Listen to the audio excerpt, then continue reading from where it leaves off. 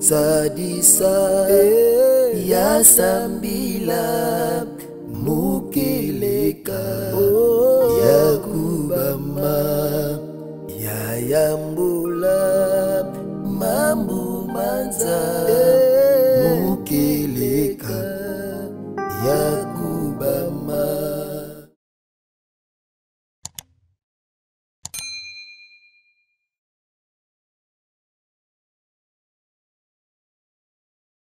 La mukeleka ya kubama. Autant dans zone yana qui pas juge pas que nous parlons de la kaka. Non ni mbaga unata chief mo tele mi banda na. Asa non. Ozo nimba. Ba mo moni chief mo tele mi banda. Kasi ndira nimba ka bomo. Na koti bina we na lote. Allez. La Susumuki boy. Oh, Jeep. Oh, contact ouais. La Susumuki. Le tabou. Ah, tu vois, on t'a matiti. Aïe, il va bouger. C'est tout à fait normal. Aux enrouleurs na posté. Tu es là veillé. Si ko ka yo moko nimba, kaka yo moko lobi te zo ke veillé. Est-ce que zo banu banda ça? Ko nimba ya kola la tête. Oh, Nzambilanda. Ko nimba isa ko ngiki. Bonjour tout le monde. Bonjour. Comment vous allez? Ça va bien par là. Le DG n'est pas là? Oui, il n'est pas là. Comment? Je ne sais pas, même son téléphone ne passe pas. Je ne sais pas. Ça passe pas comment? Jusqu'à présent, je ne sais pas. Mais il est au courant quand même? Oui.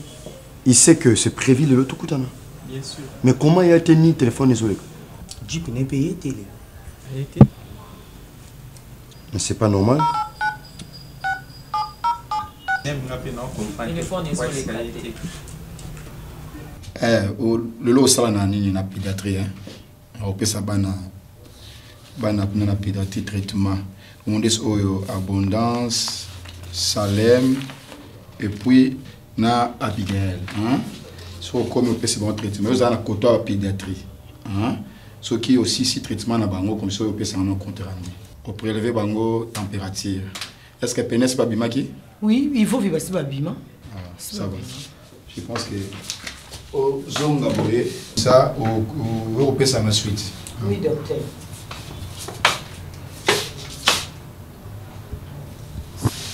S'il vous plaît, docteur. Oui. Les gens souci mo comme kena na solana. Mettez-vous.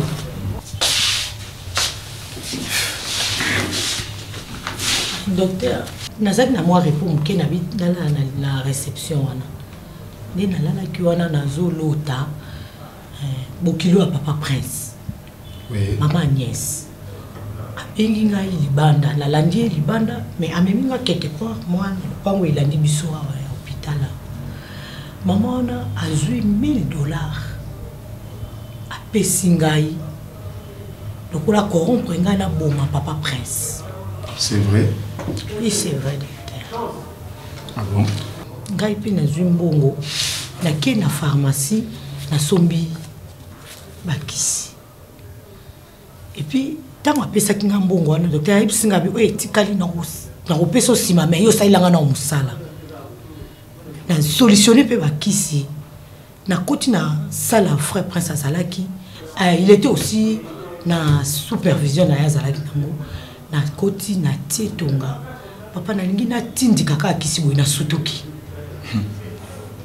Donc na moni yango étrange na comprendre te. Na ebité maman wana. Alingi ayepa na ngapo corrompre nga. Hélène, bozana relation moko na bokilo ya Prince.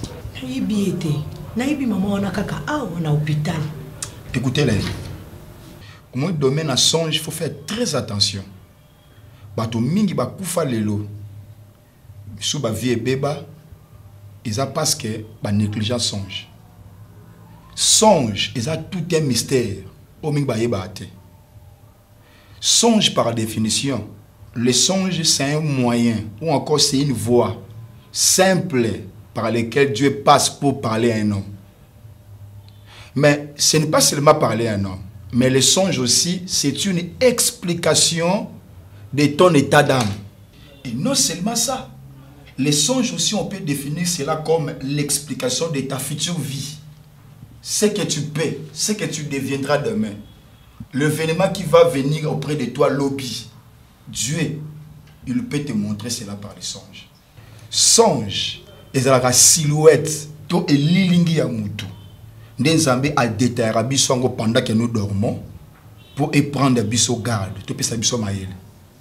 Raison pour laquelle Job a zolo bana mukanda, Job chapitre 14. Pardon, Job chapitre 33. Verset 14 à 18. Azoloba, cependant, l'Éternel nous parle d'une manière, d'une autre. Mais là, pendant que l'Éternel est en train de nous parler, biso batou, tu prendre garde. Combien de gens, Zambé ça prévenant bango likambo en avance, mais ils sont distraits. Il y a des gens, soi-disant chrétiens, Zambako les capables ananzana ya la qui c'était loko zo salama, tel loko ko ya liboso na yo, nanzela songe, ya zone eklejango. Na kati ya Bible, yana bato Nzambe a prévenant na songe. Bato kola la kisa lobi na bango par les songes et makambango balakisaka bango et kokisamaki. Mingi lelo bazo lela pour makamba lotaka ba neklejango. Ozayo moko te, mingi bakufela bana, bakufela mibali, bakufela basi. Parce que l'autre ça va noto, mais ils ont négligé les songes. Ba bossane que songe dans les seuls moyens. On ça va le belara ba chrétienté, le belara batu. Aux à la païen, aux à la chrétien. Le Seigneur passe au moyen des songes pour éclairer l'homme. Tant qu'à toujours dans Job 33, na 15 16, avec cette abi azoya pour avertir l'homme, pour épargner l'homme dans danger, na katali boulou. C'est comme ça les songes.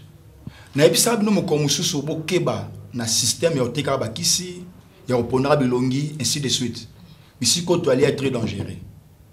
Parfois mon elongama Agnès, l'âme sera nzamba la soka seulement une ombre. L'âme sous le kamoko esama na vie na yo, mutuma boya na vie na yo a solliciter yo boma mutu. Oyebate, ya omoni Jésus-Christ de Nazareth notre Dieu. Ayega ko la kiso à l'avance, au comprendre que ici koyo na cha mutute. Ou encore le Seigneur aussi a eu penser à Bokilo à Prince. Oui. Parce que Dieu parle d'une manière, d'une autre. Parfois, il veut nous dire que dans la pensée, il y a Bokilo à Prince Angolo. Raison pour laquelle il faut prendre ça très très attention. Parce que déjà, il y a naturellement, entre deux familles, moi si Bakabwana, Mobile Bakabonate, Bakabwana. Il faut qu'on prenne ça dans la Kibla. Parce que Dieu peut te parler pour te épargner par un danger. Donc, on a part na yo joie oyayo, principe a joie oyaye. Donc, la part il faut comprendre que Nzamba albilangai na keba, sous ba solliciter le romo yandengwa ta leloté. Il y a des choses que le Seigneur peut te révéler et ça en 2026, 27. On prend des gardes. Est-ce que vous comprenez? Alors, bref, pour terminer, la Bible dit ceci: tout est révélé et condamné par la prière. Makambo moni prends soin au sang de la ponango, c'est pour ton bien. Collection de monate. Monsieur va comprendre raté à une autre négligé. OK, muto a l'autre son l'autre ana. Abi pourquoi l'autre sur ango? Yota on négligé pour que nous bebo que nous connait la libunga. Est-ce que vous comprenez? Non le docteur, non le chef na yo. Merci pasteur. Que le Seigneur te bénisse. Merci docteur. Merci.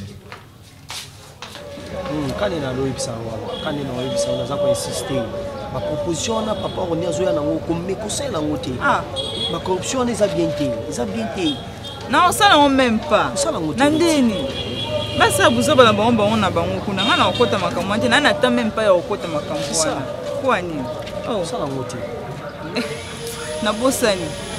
N'engane soit que Santa Croix se rétablir. Ah vraiment, n'engane pas tout na yo. Zamazolo comprendre. Donc, si on a vraiment dans 2 ou 3 jours, on sort à l'hôpital. Et puis, on n'a pas l'occasion, on a été à l'hôpital. Tu as profité de ça. Ah, on à ma bête. Mais, on a accompagné un artiste qui est au Bangladesh.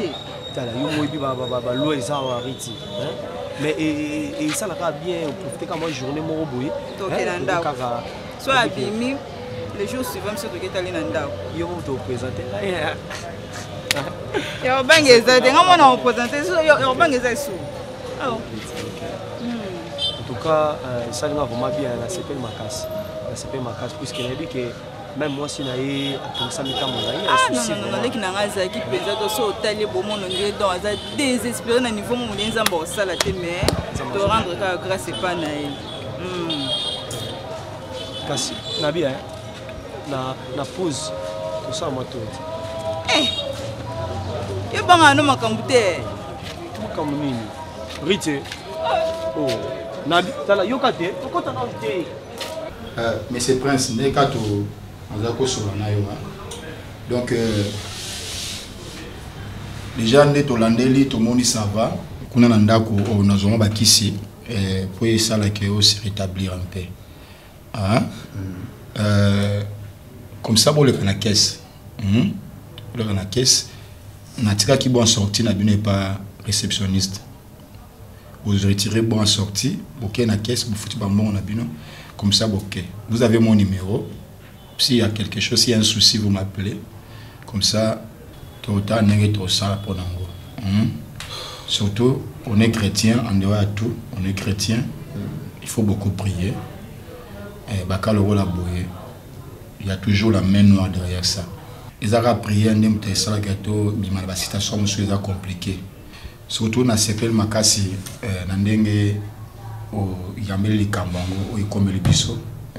vraiment, ça montre que vous êtes vraiment un chrétien, un véritable chrétien, que le Seigneur soit loué.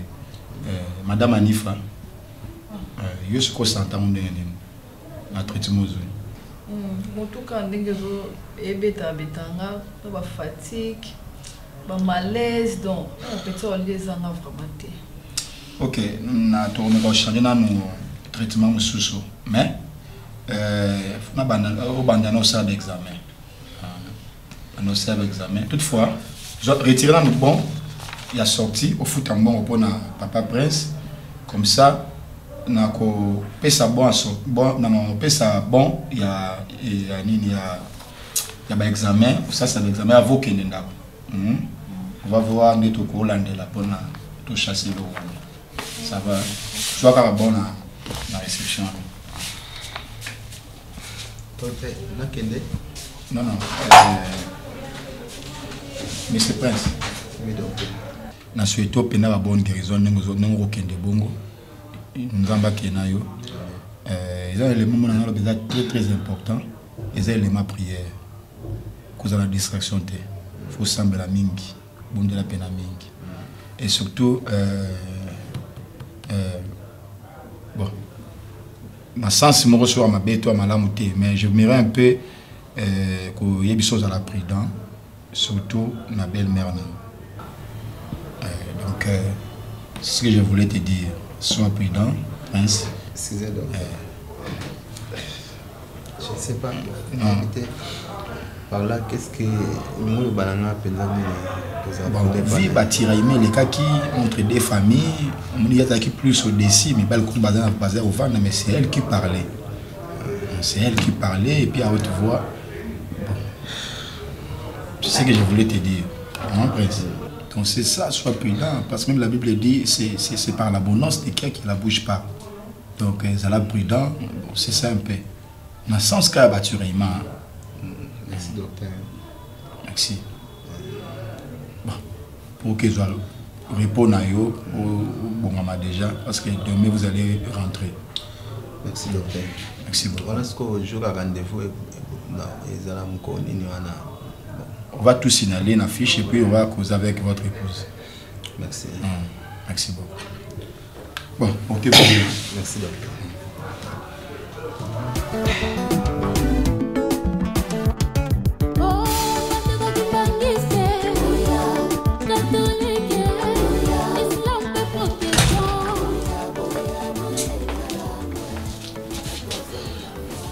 Messieurs, mets-toi debout. Debout. Éloigne-toi de la chaise. Encore. D'accord. Vous savez, Juvinci, je crois bien, c'est moi qui a signé un dossier pour que vous allez intégrer la société. Et j'ai constaté que okomi kozwanga lokola moninga na yo to pe mwana mosala na yo na tina ya koloba ke natindi bato bayebisa yo par rapport ya makambo ya déplacement ya PDG oya to solo là un au refusé deux au boy proposition oyonga na proposé yo ici dans cette société. Peut-être aux obos sanana mekako rappeler. C'est moi qui suis le chef ici dans cette entreprise. Nyonso na lobaka je crois na yebisaka bino nyonso boza awa. Oyo na lobaka même le PDG n'a le droit que d'accepter. Azaranelo korbo yati parce que ngandi nazo konza. Natinda ki orni abenga yo au refusé. Na bandeli kotinda ye pour na a informer yo na déplacement ya PDG, voilà ce que vous pouvez faire na part nanga et t'as refusé ma proposition. Au moni ndenge na signa dossier na yo et que ça la pendenge na ko corriger tout na ko effacer signature nanga pour que vous allez renvoyer. Et je pense à ce que vous serez la première personne à être renvoyée dans cette entreprise. Société Oyo, eza ya tata na yote. Société Oyo, eza ni ya mama, ni ya noko na yo soki nani. Oya koye kozala. Tu ya membre moko ya famille na yo. Et puis dans ta famille, nani akoki kokoma na ba niveau to nani akoki ko comparer na ba qualité na ba capacité na ngai. Et puis kaka na kati ya famille na yo soko sangishi du côté ya papa na yo to ya maman, nani akoki kozala na entreprise. Lokola Oyo. Personne. Et tu sors. Sors de mon bureau. Sors. Et je vais te voir tout seul, na porte. Je te regarde ici. Tout seul. Ni solo na motute. Yo moko. Na musala. Tu prends la porte.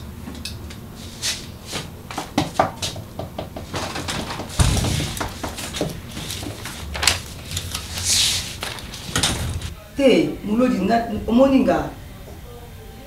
Yo kangana Jean. Na epesa ki invitation. Invitation d'honneur, na epesa ki valeur. Hein? Mais na regretté ndengo ye à cause de la foi te.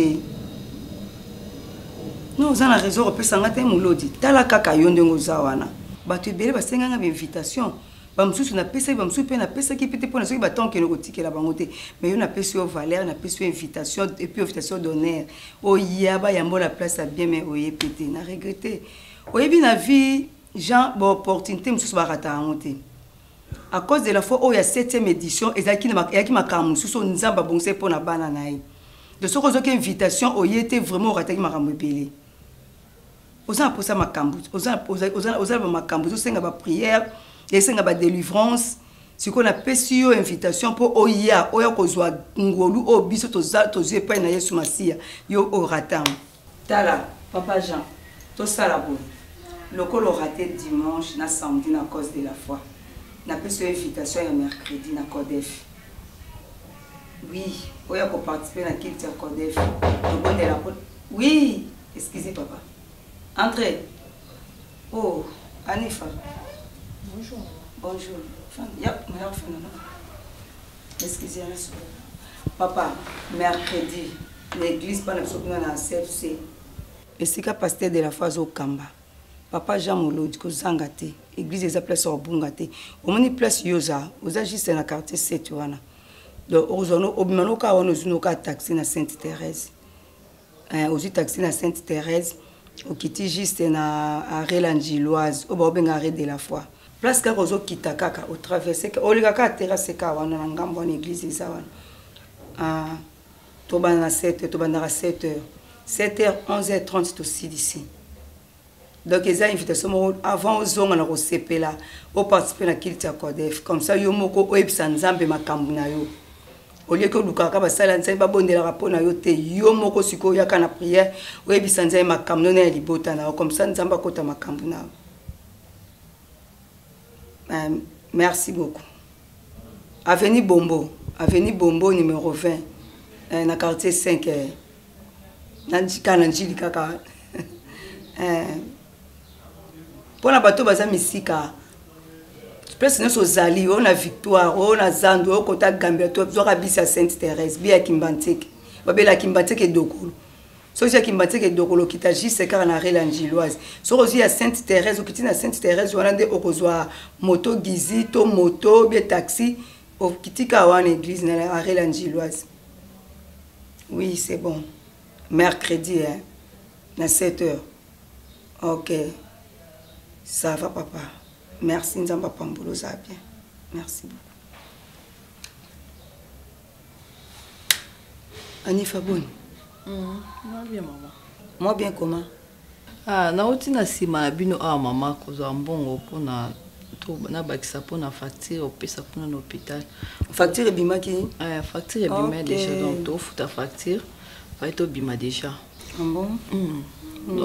Donc prince ndere bo fait bima déjà to ya ndako. Et on a les na peso ka mbote na leka. Ah, c'est bon. Nzamba solo komo. Nous la prince a commis bien, prière se pèse aller karake. Nzamba sembola loboko. Po kondimo tozala ki nango pe otoza nango toloba ki nzamba koki jamais ko décevoir biso. Po toza yaye a décevoir batute. To sora bandi li kameto na bino a koma nango tina suka. To comprendre que na kondimo toza ki na to sangana ki biso na lo sambo. Nzamba sali ki opération le kina kimia. Siko pazo bima nzamba pa sungi mbongo pe pesami ya ko bima na hôpital ya facture ya nini ya facture. Monique nzamba pouvoir kana ba besoin na biso. Anifa, comme tungisa manelo côté. Nzamba za mettre tombé à circonstance. Azan nzambo ayebi yo, ayebi papa prince. Ayebi comment bo serva kaye, ayebi. Jamais ko linga akotsa bio na mabe moko boy, asala bilo mabe moko boy te. Toza na confiance nzamba. Ndenga azo bino hôpital. Oh, nous sommes tous les deux qui paient dans Zambé, Zambé est capable de salam. Il y a pas de rapide, il y a mis. Pourquoi vous avez na cause de la foi? Comme on a des jours comment passer de la foi teyaki. Donc ba maté ya penza ya assurance. De opération ça la penza que monta comprendre que ezaka na Jésus-Christ de Nazareth, ndeza capable de tout. Donc oya pa musaka pinzoli, oya bambara bakota mitema, oya délivraka, oya sala ka bolamu epai na bato balukaka. Donc yo telo ka foi. Tous à la canne kondima jusqu'au centaine de maman nga santa ngoka bongo c'est normal les ala bongo parce que kola la libanda kola la nase mobala zobela mais elona nepso kaka zo courage ozokanga nazoka ni maman nazolia pentati ba malaise ba fatigue donc apeti ko zonga parce que papa prince le quoi ça zobi hôpital nyoso leki bien ozozonga na ndako zongela vie na yo normal na mobali na yo ozokanga vraiment kimia na nzambe za na bino na sepeli le quoi bozobi hôpital la prière se fait na nzamba yo kia. Ok, maman, on a procédé Kasna qui est dans le champ. Tu belles sur ma malade na centre. Mais pour na malade au prince, na ebisio tiraillement moko ya kosakanate. Donc famille moi aussi non ma quel est le moyen pour soin na hernios. Mais pourquoi ndingwana? Donc eza famille mobile good bazan bango maman na problème te. Eza famille à moi si maman ya mwasi mutu azo poser ba problème nyonso. Donc ye posa na ezali lokola bokilo na ye azwaki problème wana donc ye kaka bakabwana po lokola prince ako pesa sous ko bota te pa mwasi. Donc problème ezande wana. Est-ce que bakabwana maman puis bango babalani légalement. Voilà, c'est ça le donc problème. Donc ya lingia kabola bango ka bon OK bango babalani faut ba ke de petit na suka isika o ekabolaka ba couple. Faut pas que ne pensa na l'état balandi procédure normale. Kota bakomi zaka pasa komi ko luka ba makambebele maman wana donc ça qui to côté pour maman zamba sunga kaka zamba sunga bango prince akoyoka ni malamu mais par la grâce de Dieu nzamba ko sale pengolo donc et pas nzamba za nango possible. Est-ce que grâce toi tu peux imaginer que non maman wana komi ko luka ti prince akufa.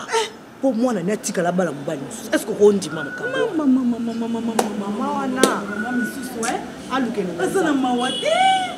et puis comme on a maman on dirait est venu au samedi.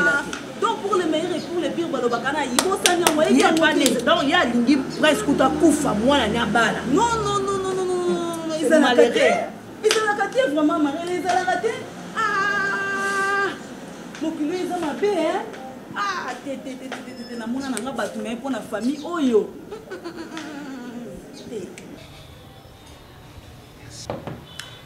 De Rach, faites ceci. Informez Bakad Réunion sur la direction. Yves Sabango, lobby donc demain, tous en réunion avec moi-même le PDG. Dans tous les cadres, Bazalawana. Hormis Bandeko Bozala service ou Essenga Basa Moussala, mais du moins, Bakad Robana DG, Bakad Réunion, sauf Bazalawana pour la réunion. Les gens Makambo Sénèbres Sabino sont ensemble. Donc, communiquer l'heure au Sénégal Sabango.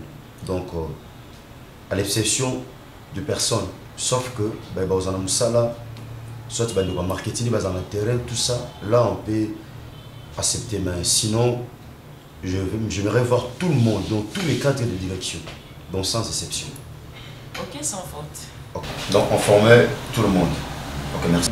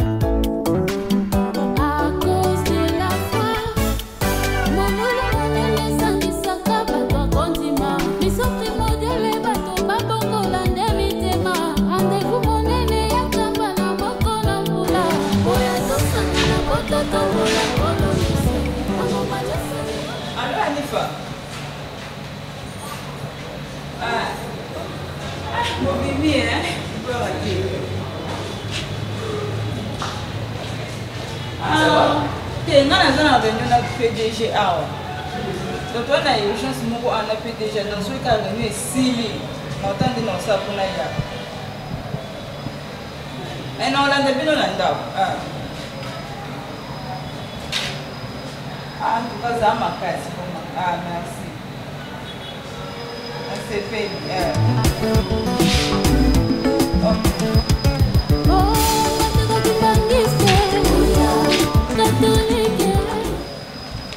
oza na bomo yesu mama na yo po toza mettre tempe ya circonstance oyo sali ete circonstance oyo epesa esengo kati na biso yango topesi yo lokomo po toza nzambe na kombo na Yesu Kristo Nazareth nde tolobi amen. Amen. Nzambe azwa lokumu vraiment na ndenge papa prince intervention leki na kimia pe bobimi na kimia nyonso leki na kimia kande tobondelaki vraiment nzambe akosaka te Alexis biso vraiment ke so ozaka na kondima nyonso eleka na kimia eloko na ngina loba na mama Anifa na ngina bano ozala vraiment na kimia na makambo nyonso elekaki ya mabe to pe ya malamu na koyoka to pe ya koloba vraiment kotia ngo na mutu na yo te komoni papa lokola azova na ndako aza na temps ya repos kozala vraiment na kimia makasi otia epenza à l'aise et puis bakiso bakomeli wana mela na ndako yo mo pena fo landela ngo et puis fo landela pe régime alimentaire na ye aliara pe na temps o eza normal kolexela ka epenza ba RT nzambe azwa lokumu vraiment nzambe aza bolingo to namona papa prince nazobisaka nzambe atombwama vraiment donc ndima na biso elongo na yesu masi yango esalaki papa prince azala so na bomoi tobangaki na biso basali opération ya kokufa boye na boye me nzambe alobi te po soki nzambe atie point te totiaka bavirgule po moto atiaka point ezalaka nzambe vraiment nzambe azwa lokumu napesi mpe merci mpe na mama Rosé mpe mama lia na maîtrise oyo bozalaki nango devant mama Agnès eloko nangi naloba diable azalaka trop risé eza na makambo mosusu ntango ozomona yango zala na maîtrise de soi so oza na maîtrise te diable akofongola baporte ya kokota alors maîtrise papa pas de problème Anifan opese swana kosukosu kuna docteur wana kesa kisi bakomaki eza balobaki eyakaka nango surtout nde na poto so nde basala opération babiloko basymptôme nyonso to ifo esala vokendeka sosalinga sine te naolala lelo vraiment la maîtrise bozalaki nango nzambe apambola bino yango wana vie fo ozala na maîtrise de soi so oza na maîtrise te makambo ebele osala mabe. Merci pour la disponibilité. En fait, la réunion en question, ça devait avoir lieu la fois dernière. Vu l'absence, il y a 2G, ne permettait de quitter, mais ça m'a dit la fois passée. Déjà, ça a quitté moi toute une réunion à l'IT. Normalement, Nangaki n'a convoqué tout le monde. La raison est que ça a tout simplement un cadre de direction. Donc, le cadre de direction, déjà c'est bon. Je vois le DG, mon directeur technique, je vois la DRH et puis Azali, nettoyage, service à nettoyage. Le cadre comme ça, je pense qu'il y a besoin de terrain, ça là. Donc, vous tous en général qui représentez les autres cadres au bazar absent en Abisso. Il y a un motif pour empêcher Bisso dans l'ensemble. Là, présenter nos pensées, tout pays pour Nazanabo. Bref, pour ne pas aller par 4 chemins, j'avais eu à flasher un tout petit peu avec la flasher DG. Je dois vraiment aller me reposer. Il faut qu'il y ait un congé. Je travaille vraiment dur. Je très bien de travailler. Parfois, je travaille. La fois passée, j'étais avec mes partenaires, tout ça. Mais c'est Thomas, nous étions avec lui. Au Seigneur, j'étais avec lui. Et j'ai compris que parfois, on va surménager ça là-bas. Je dois aller vraiment me reposer. Mais la chose que je vous ai toujours parlé, je vous ai toujours dit, est que vous ayez en vous l'amour. Talingi, bolingo kata mitema na bino régner. Bolingo non, il y a frère, ma soeur, il y a chef, na mutu azana senae, pe amour y entreprise ou esangisi biso. C'est ça, il faut aimer cette entreprise. Parce qu'il y a un ça là que il y a un ça pour assurer survie na biso quotidienne. Ils vont permettre le vécu quotidien à biso à la malam. Donc nous devons prendre soin de cette entreprise. Bobingande na travail kanami pesaka. Comment je travaille. Je vous félicite tous de la manière dont vous travaillez. Mais j'ai eu le temps de vous observer. Donc chacun de vous, tant que PDG, n'a pas tant d'observer moko nabino. Mais qu'avec celui-ci, avec celle-là, avec celle-ci, avec celui-là, ça peut aller. Donc j'ai eu le temps de vous observer. N'a pas agir non par sentiment, par conviction et suivant la capacité de chacun de vous. Parce que tout et chacun de vous a ses capacités, tout ça. Il peut permettre comme ça qui est malade. Donc moi je suis partant. Donc na réfléchir Moutou Nogotika Azalacom PDG de l'entreprise pour l'intérim Nanga Dieu m'a mis à cœur et c'est une conviction. Je n'ai jamais été sentimentaliste et vous le savez très bien. Je ne mâche pas les mots. Je pense que tout est déjà bien établi. tout est déjà bien établi, tout est déjà clair et net. Et la personne qui va me remplacer,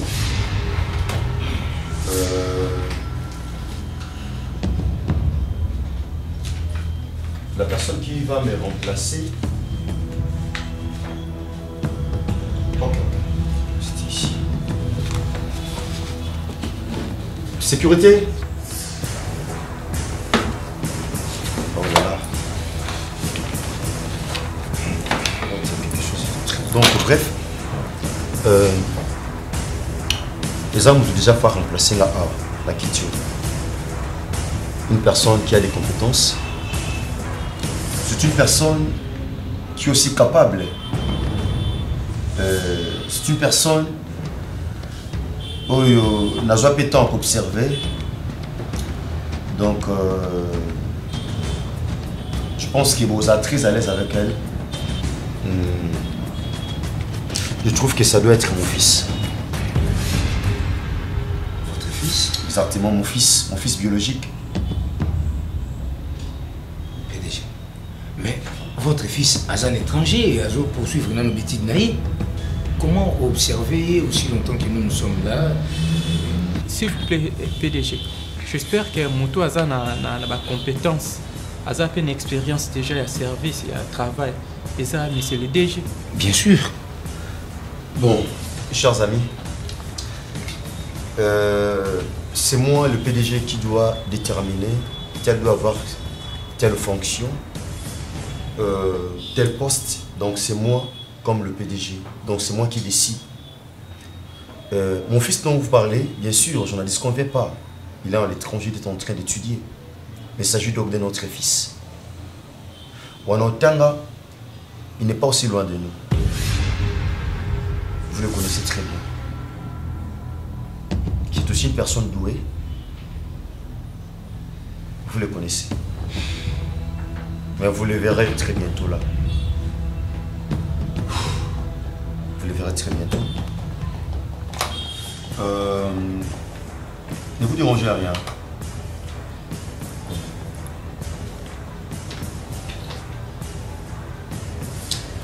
Tu peux monter dans mon bureau?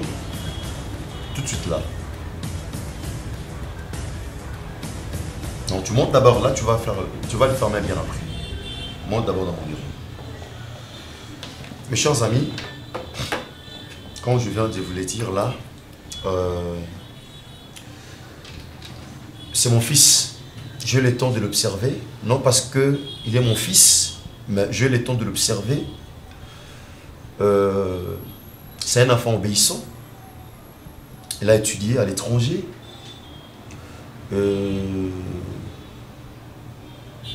Bon, je n'ai pas trop à dire sur lui, mais je pense que la manière dont il va travailler, vous saurez que ce que je dis, ce sont les paroles véridiques. Donc je vous parle tout simplement de la véracité de ce que vous aurez à voir quand il va me remplacer. Donc je pense que c'est ça. Oh, salut messieurs, bonjour messieurs. Monsieur, je peux avoir de l'eau? Ok, d'accord, reste là même 2 ou 3 minutes comme ça. Accorde-moi 2 ou 3 minutes, quelques minutes comme ça. PDG, c'est une réunion des cadres quand même. Non, c'est pas un problème. C'est pas un problème, DG. Ça ne dérange pas. Sentez-vous à l'aise. Donc, je disais donc, mes chers amis, dont je vous traite comme mes amis, comme mes collaborateurs, comme mes frères, comme mes sœurs aussi. La personne qui doit me remplacer, je crois que avec lui, excusez-moi, avec elle, allais-je dire, nous devons continuer réunion. Après ça, comment ligne de conduite, parce que tout est déjà bien écrit ici. N'a-t-il déjà mis sur Awa, comment, donc tout le monde doit être dans son poste. Je crois que le nouveau PDG qui me remplace, c'est celui qu'on appelait autrefois le nouveau portier. Et il s'agit donc de monsieur, et puis tu peux t'approcher monsieur. C'est lui mon fils, le fils dont je vous ai parlé. Il est mon fils.